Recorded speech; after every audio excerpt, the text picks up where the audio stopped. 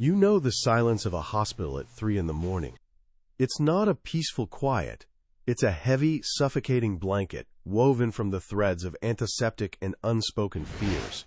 The air itself feels thin, chilled by an industrial air conditioning system that hums a low, constant drone, a mechanical lullaby for the restless and the sick.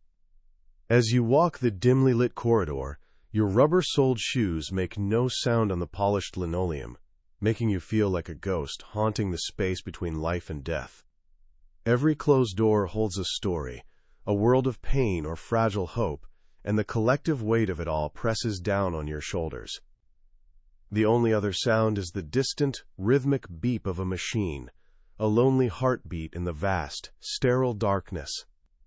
It's a silence that isn't empty. It's full of everything that can't be said. Your destination is room 307. You push the door open without a sound, a practiced motion that disturbs nothing. Inside, a single sliver of pale moonlight cuts through the blinds, tracing a stark, cold rectangle across the white sheets of the bed. It illuminates the frail form lying there, a man who seems more like a collection of memories than a physical being.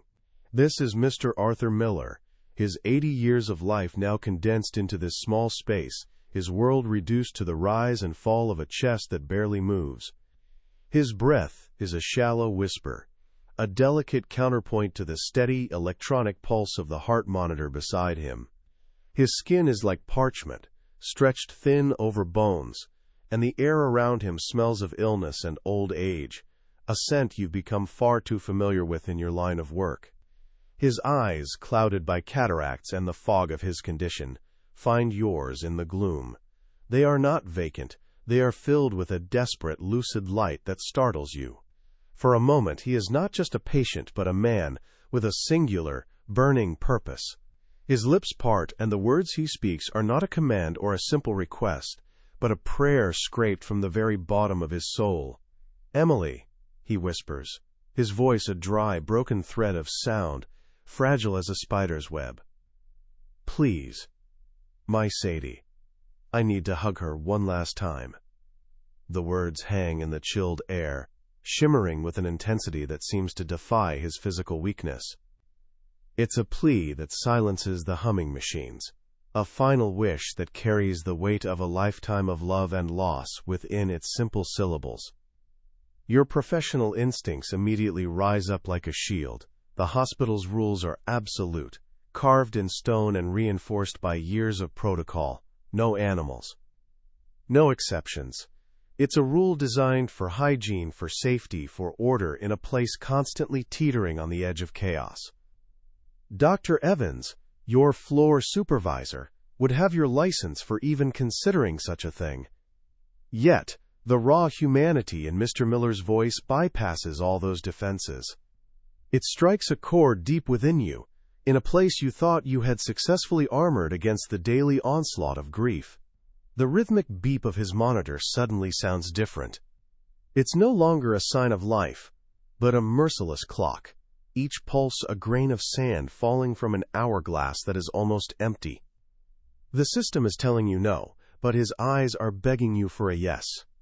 You know who Sadie is. Mr. Miller has told you all about her during the long, sleepless nights, when stories were the only medicine that could soothe him. Sadie is not just a dog. She is the last living link to his wife, the furry, four-legged embodiment of the 50 years of love they shared. She is the echo of laughter in a house now silent, the warmth in a bed that has been cold for years. He described her silky fur, the way she would rest her head on his lap, a silent companion who understood his grief better than any person could. To bring her here would be to bring him a piece of his own soul, a final, tangible connection to the life he cherished. This wasn't a whimsical desire.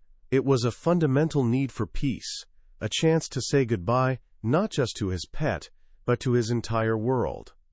The weight of his plea settles in your chest, as real and as heavy as a lead apron. You look from his imploring face to the sterile, unfeeling equipment that is keeping him tethered to this world. Outside this room, an entire institution of logic and regulation churns on, completely oblivious to the monumental drama unfolding in this small, moonlit space. The choice is yours alone, a silent, solitary decision made in the hushed hours before dawn. You can follow the rules, protect your career, and let this old man's final wish dissolve into the antiseptic air. Or you can risk everything for a single act of compassion, an act that feels both terrifyingly wrong and profoundly right. The silence stretches, and you realize this moment will define you, not just as a nurse, but as a human being. You are Emily Davis. And for the last 7 years, the sterile, bleached white corridors of Chicago General Hospital have been your world. You've learned to move through this landscape of quiet suffering with a practiced calm, a steady presence in the eye of countless storms. Your colleagues see you as a pillar of strength, the one who can handle the frantic chaos of a code blue and the somber finality of a terminal diagnosis with the same unshakable composure. But beneath that professional armor, a quiet fear has taken root. You feel the system, with its rigid protocols and impersonal charts, slowly chipping away at your core. The endless cycle of beeping machines and hushed, clinical conversations threatens to turn you into just another part of the mechanism, a cog in a great, unfeeling clockwork that measures life in dosages and heart rates, drowning the very humanity you swore to protect. But your greatest virtue has always been a fierce, almost defiant empathy, a refusal to see people as just their illnesses. You see the soul hiding behind the patient identification bracelet. This is why Mr. Miller, in room 307, is more to you than a case of late-stage heart failure. He is the man who stays awake through the long, quiet nights, his mind too full of memories to sleep. You find yourself lingering in his room, listening as he weaves tales of a life lived fully, his voice a soft rustle against the monotonous hum of the monitors. He speaks of dancing with his wife in the kitchen, the scent of her rose garden in the summer, and the warmth of the sun on their faces during long walks.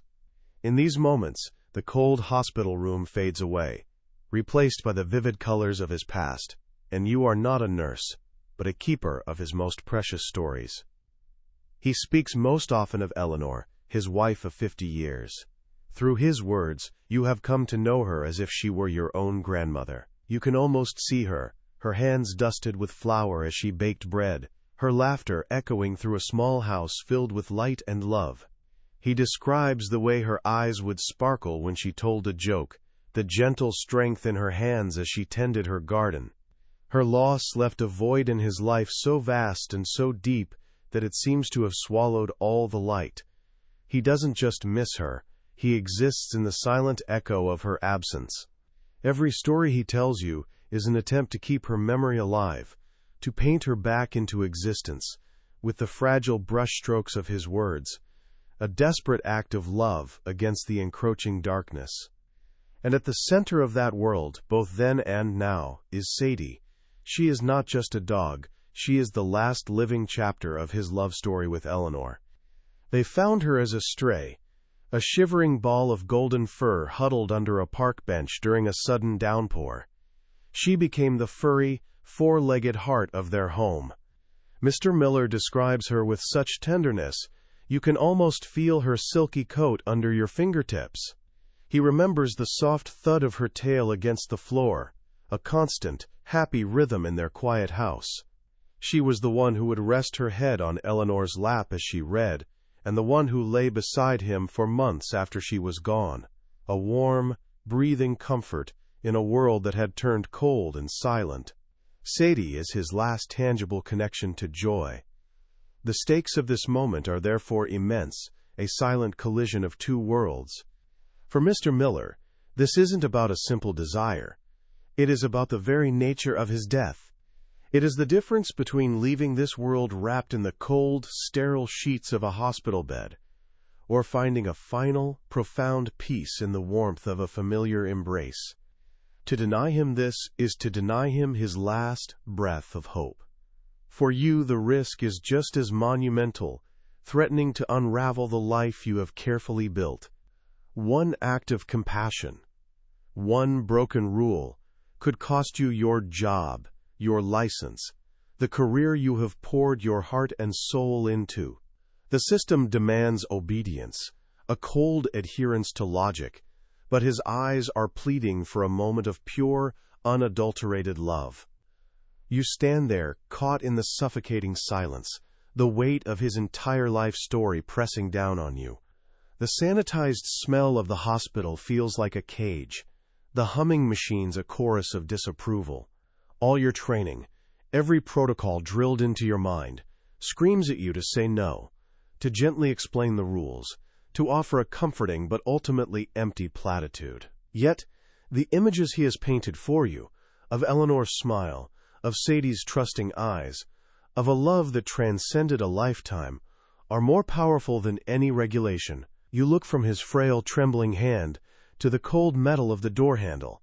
A decision is forming in your heart, a reckless, terrifying, and beautiful rebellion. The next move will not be dictated by hospital policy. It will be dictated by you. The world seems to shrink to the space between his final wish and your professional duty. For a long, suspended moment, you are frozen, caught between the cold, unyielding logic of the hospital's rulebook and the undeniable warmth of his plea. The air itself feels thin, a vacuum where two opposing forces are locked in a silent, desperate struggle. You look at his hand, the skin like crumpled paper, resting on the stark white sheet.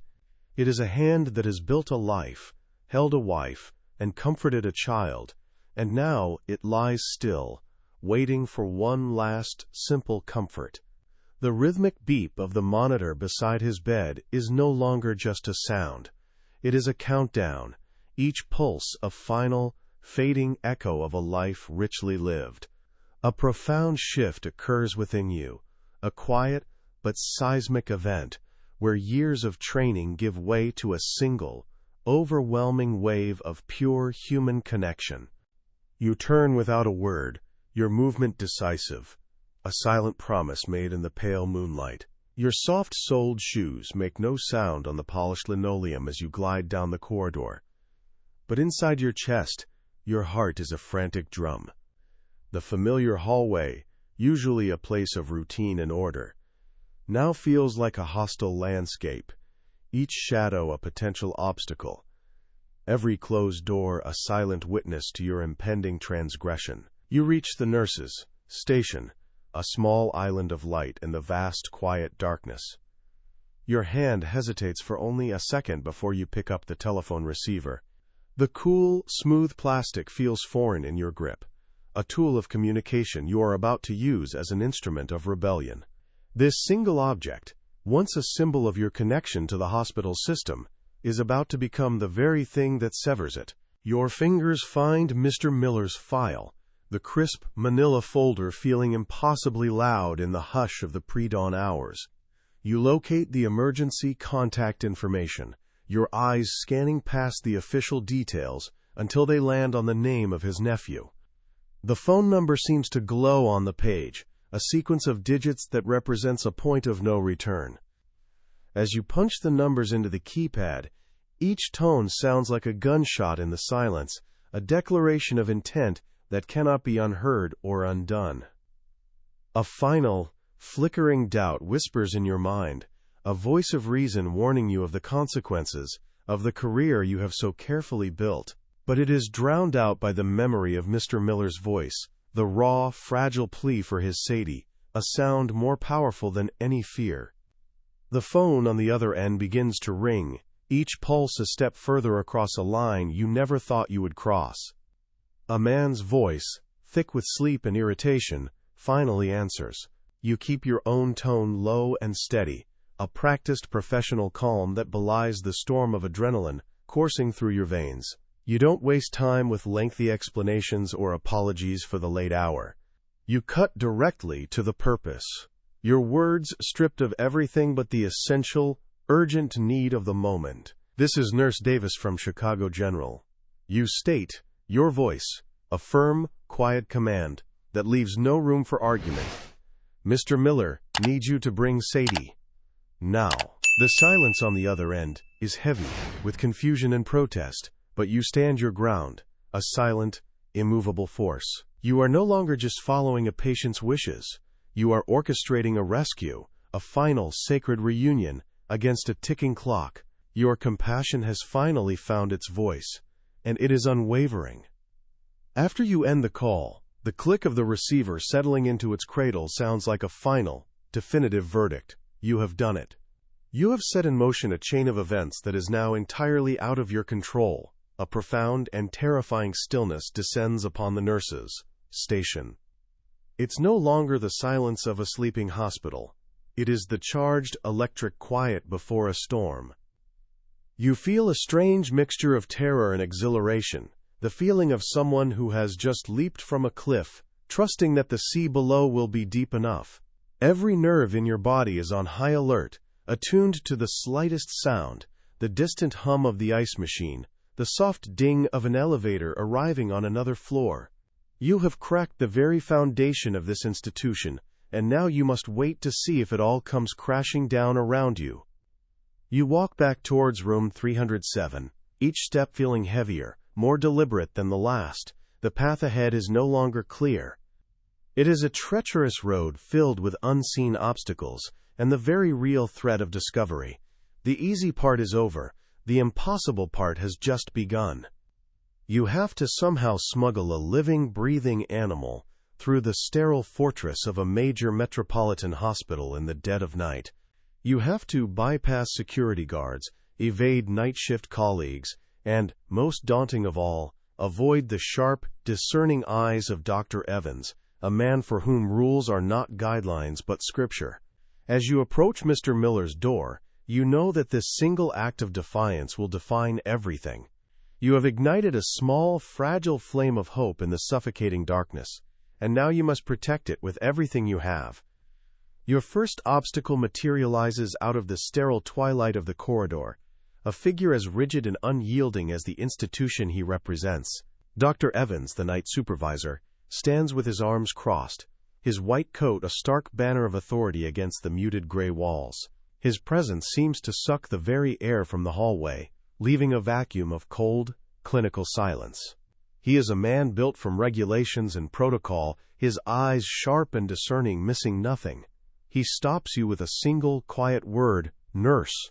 The sound is like a scalpel, precise and sharp, cutting through your adrenaline-fueled momentum. His gaze is not curious, it is an interrogation.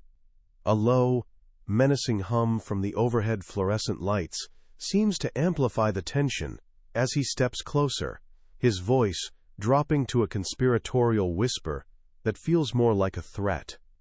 "I'm hearing a strange rumor, Davis, a rumor that involves a dog." The world narrows to the polished linoleum floor beneath your feet, each tile a square in a chessboard where you have just made a catastrophic move. The air is thick with the scent of antiseptic, a smell you usually find comforting, but which now feels suffocating, like the walls are closing in.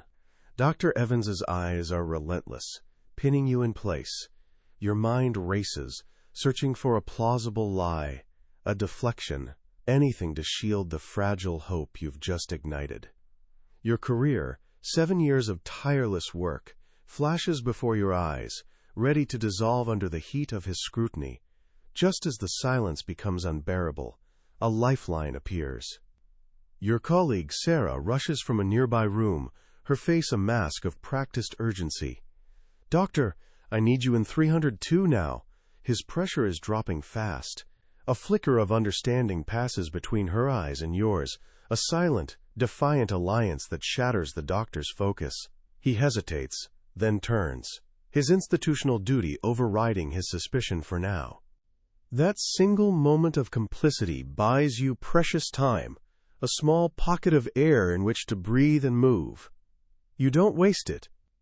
You pivot and walk, not run, towards the hospital's service entrance, a place far from the sanitized patient corridors. This is a world of steel doors, concrete floors, and the cold, metallic smell of industrial cleaning agents mixed with diesel fumes from the loading bay. Every sound is magnified. The distant clang of a dropped tool, the low growl of the massive ventilation system. You feel the hospital's clock ticking in your own pulse. a frantic rhythm that echoes the fading beep of Mr. Miller's heart monitor 3 floors above. Through the grimy, wire-reinforced glass of the service door, you see a car pull up. A figure gets out, pulling a small, golden animal from the back seat, a creature that seems to shrink under the harsh yellow security lights. Before you can bring her inside, there is another hurdle, a necessary compromise you made to even attempt this. An on-call veterinarian you contacted, Dr. Grace Chen, is waiting in the shadows of the loading dock, her medical bag at her feet. It was a condition you had to invent. A layer of feigned professionalism to make this reckless act seem even remotely sanctioned. Dr. Chen is all business, her movements quick and efficient as she kneels on the cold concrete. She murmurs a few soft words, her voice a gentle counterpoint to the harsh industrial sounds around you. You watch as she begins her brief examination, expecting a quick, routine check. But as her skilled hands move through the dog's silky fur, her professional demeanor begins to crack. Her brow furrows in the dim light, and her cheerful tone fades into a focused, troubled silence that sends a new wave of ice through your veins. Her fingers stop, resting gently against the dog's ribcage. She looks up at you, and the concern in her eyes is a new, unexpected storm cloud on the horizon. She's trembling, Dr. Chen says, her voice barely a whisper. But I don't think it's from the cold. With infinite care, she parts the golden fur, revealing the pale, discolored shadow of an old bruise, a faint purple map of some past trauma. Then her fingers find another, and another. Sadie doesn't yelp or resist. She just shivers, a deep, full-body tremor that speaks of a pain far older than this chilly night. You stare at the marks, your breath catching in your throat. This is not the joyful, beloved companion from Mr. Miller's stories. This is a creature living in fear, a silent victim whose story is written on her own skin, a secret she has been forced to keep. Suddenly, the weight of your decision multiplies, becoming a crushing, complex burden. This is no longer a simple act of compassionate rule-breaking. It has spiraled into something darker, a rescue mission that extends far beyond the sterile walls of room 307.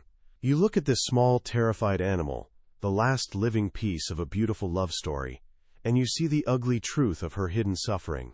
Then you think of Mr. Miller, lying in his bed, his time slipping away like sand through his fingers, completely unaware that the creature he loves most in the world has been hurt.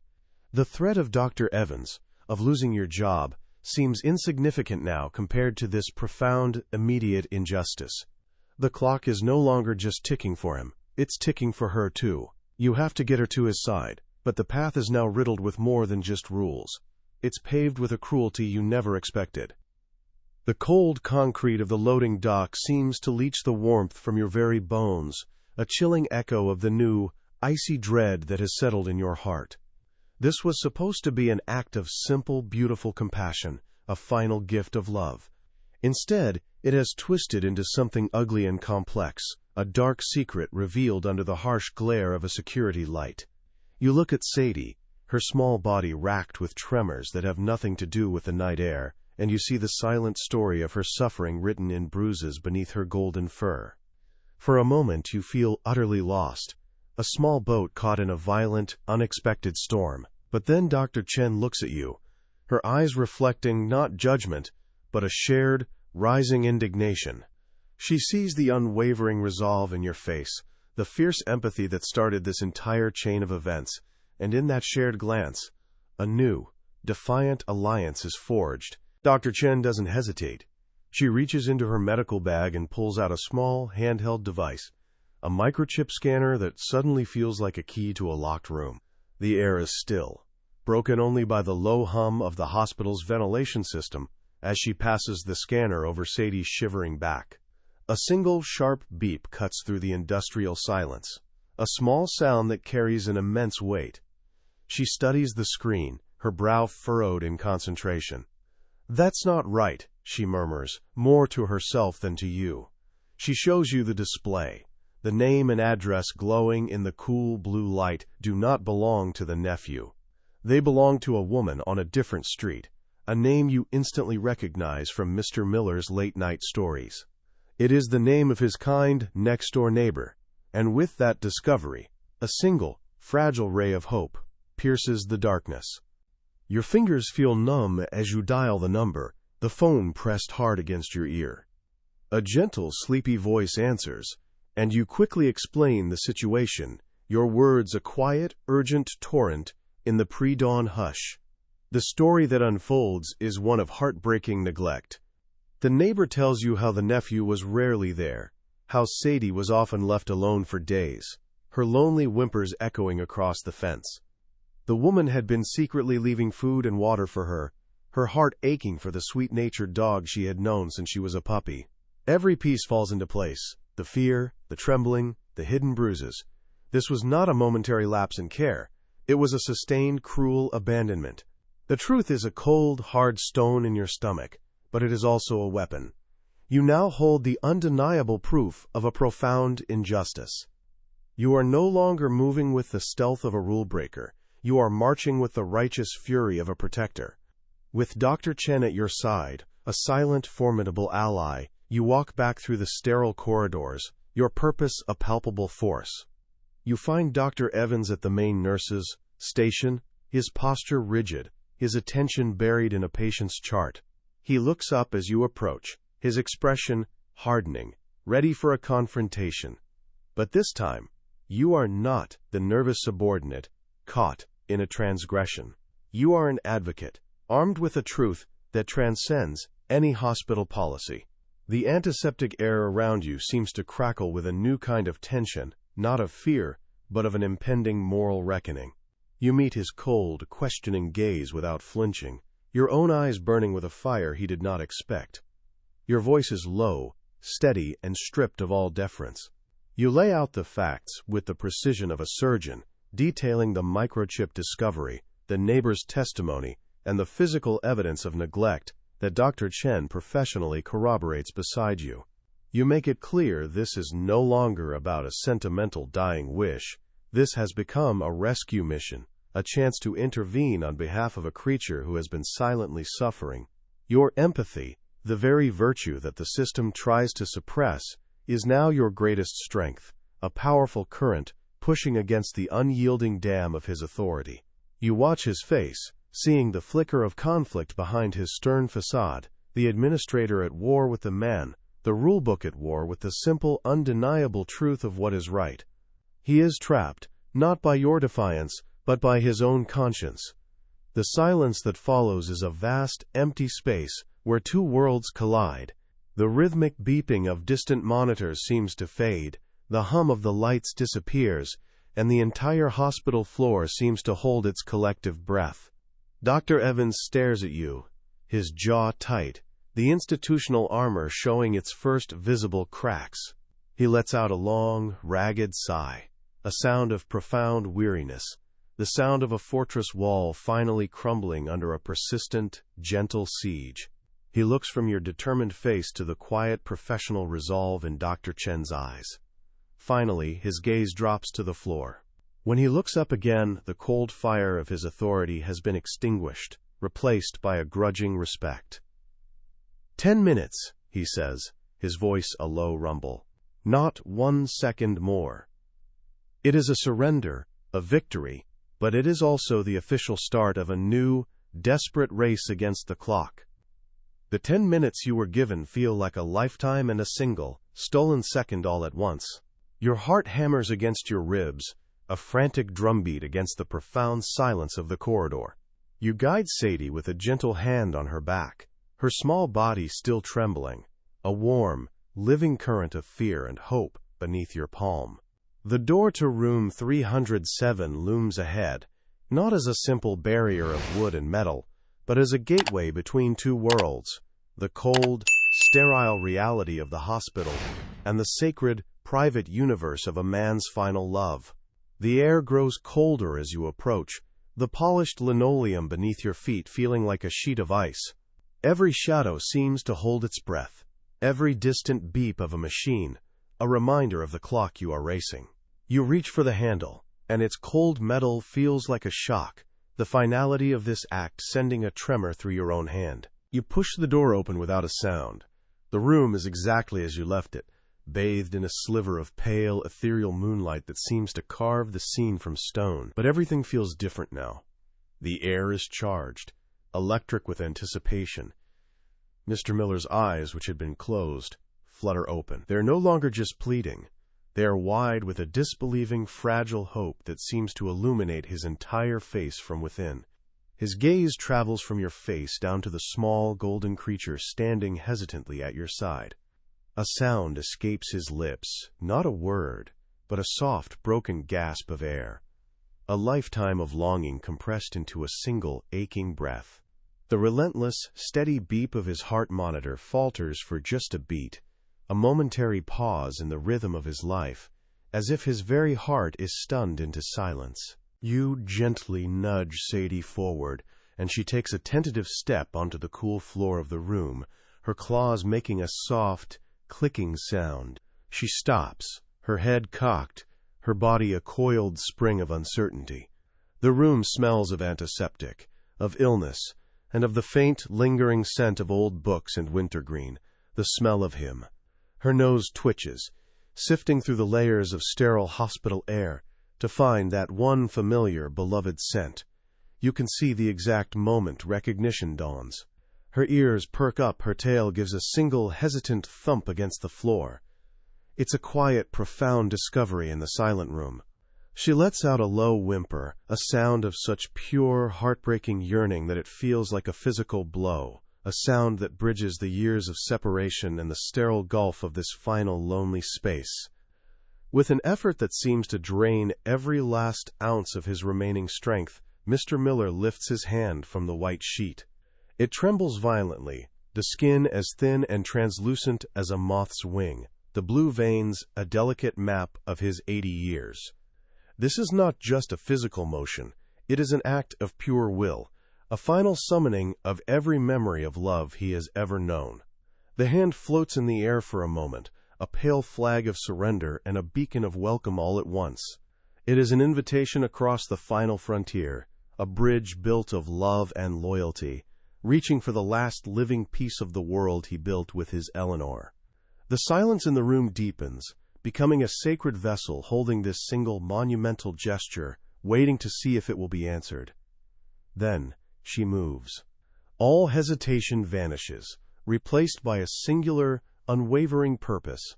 Sadie trots to the bedside, places her front paws gently on the mattress, and with a soft grunt, pushes herself up.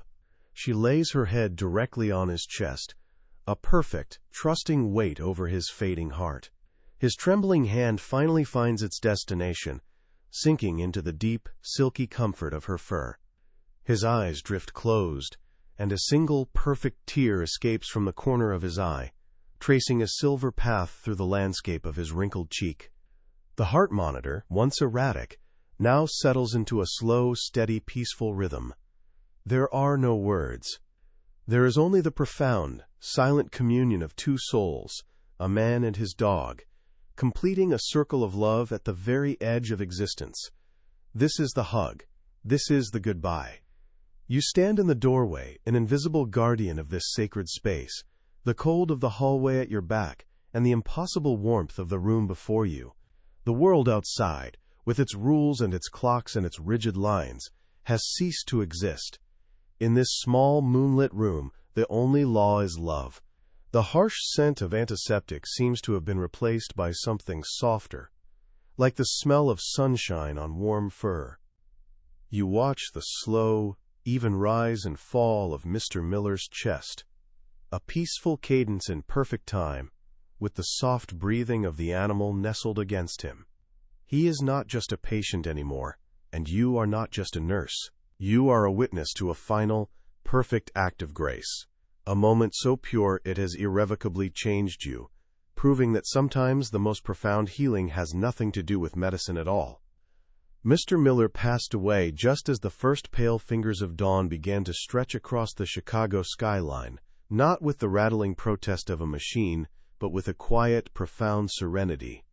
The peace he found in that final embrace seemed to linger in room 307, a tangible presence that settled the sterile air long after Sadie was gone. You were irrevocably changed. The professional armor you had worn for 7 years had not just been cracked. It had been melted away, reforged into something stronger, more flexible, and infinitely more human.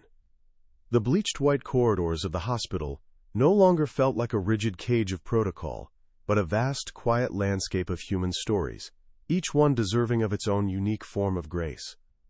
That single act of defiance taught you that rules are meant to serve humanity, not the other way around, and the silence of the hospital at 3 a.m. now held a different meaning, a sacred space where the most profound healing could begin, a story that powerful could never be contained by 4 walls.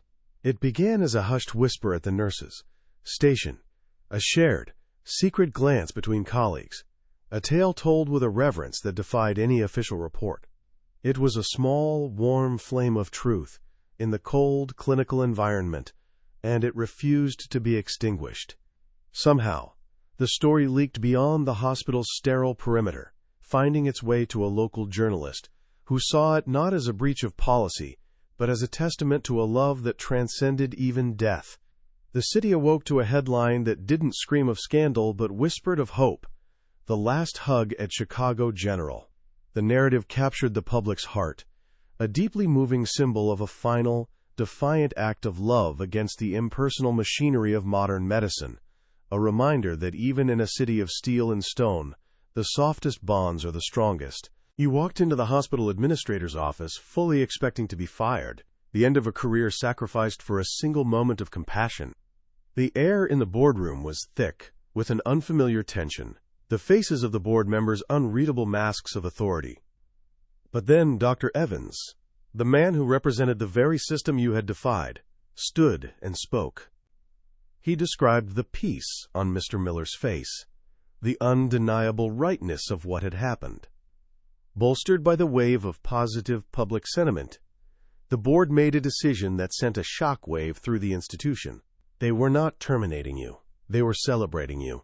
They announced the formation of a new pilot program for animal-assisted therapy in the palliative care unit.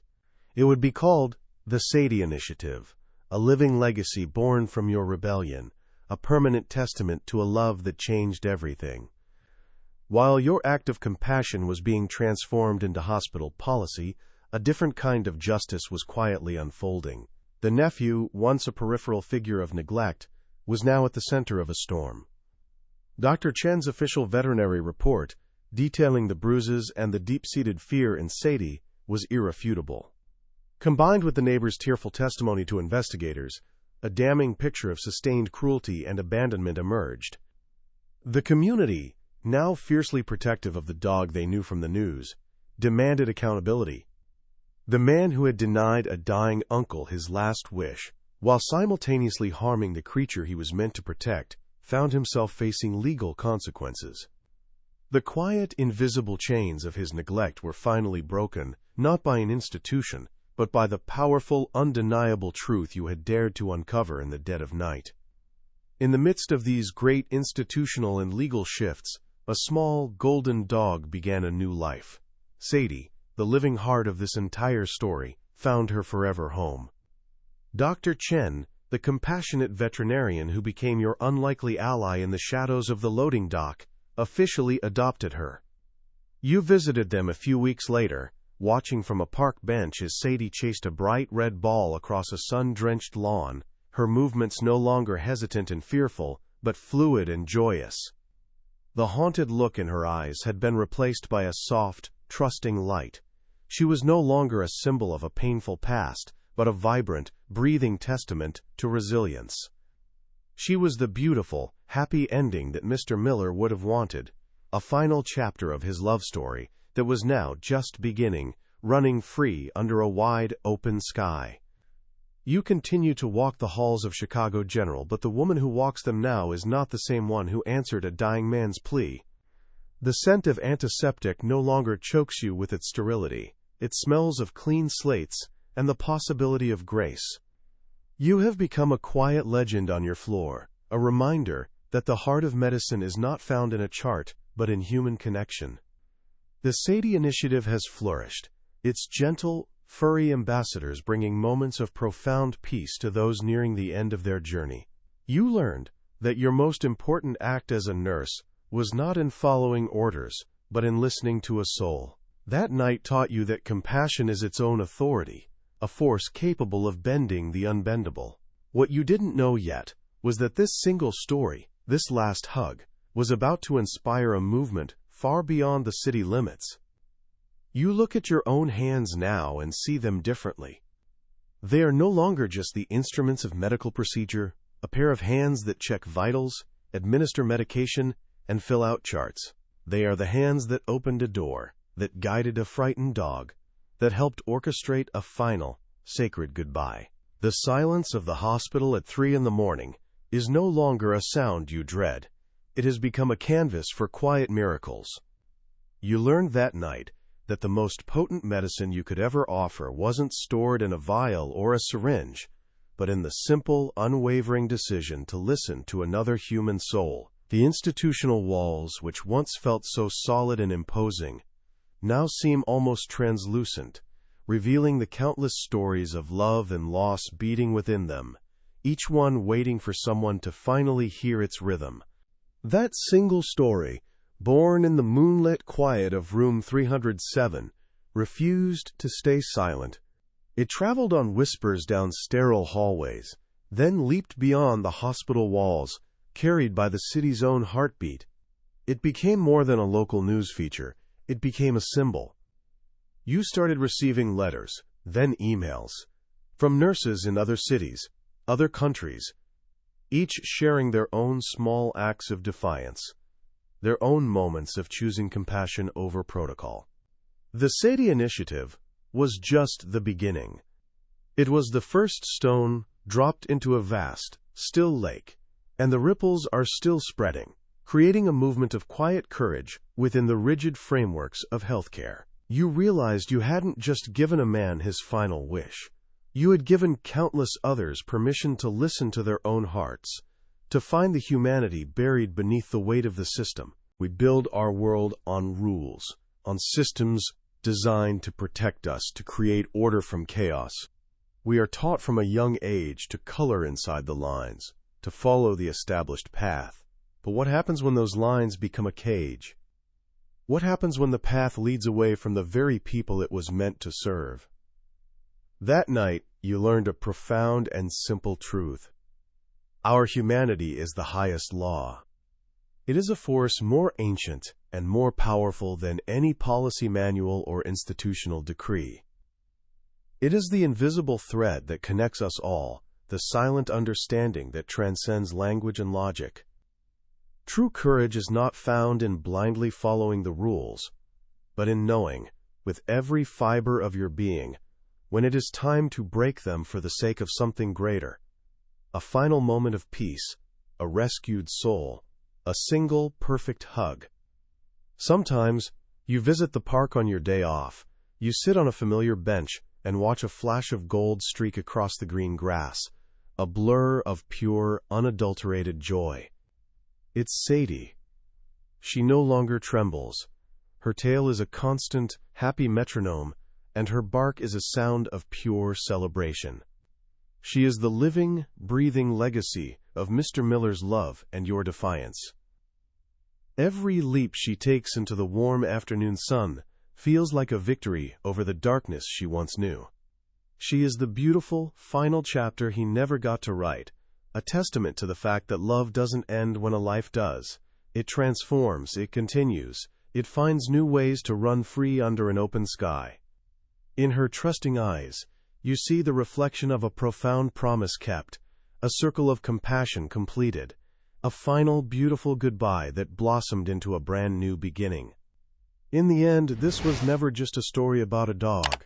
It is a story about the immense, world-altering power that lies dormant within a single quiet choice. It is about recognizing that the grandest gestures of heroism are often the smallest acts of empathy. We live in a world that so often feels cold, impersonal, and governed by unfeeling systems, a world that encourages us to build walls and look away. But the truth is, we all possess the ability to dismantle those walls, one quiet act of kindness at a time. The real antidote to the world's indifference is not a sweeping revolution, but a personal one. The decision to truly see another's pain, to listen to their unspoken plea, and to dare to offer a hand when the rest of the world has turned its back. Think for a moment about your own life. Who is the Mr. Miller in your world, whose quiet wish is going unheard? What is the unspoken injustice, the hidden suffering like Sadie's, that you have the power to bring into the light? This story is a mirror, reflecting the extraordinary capacity for courage that exists within each of us.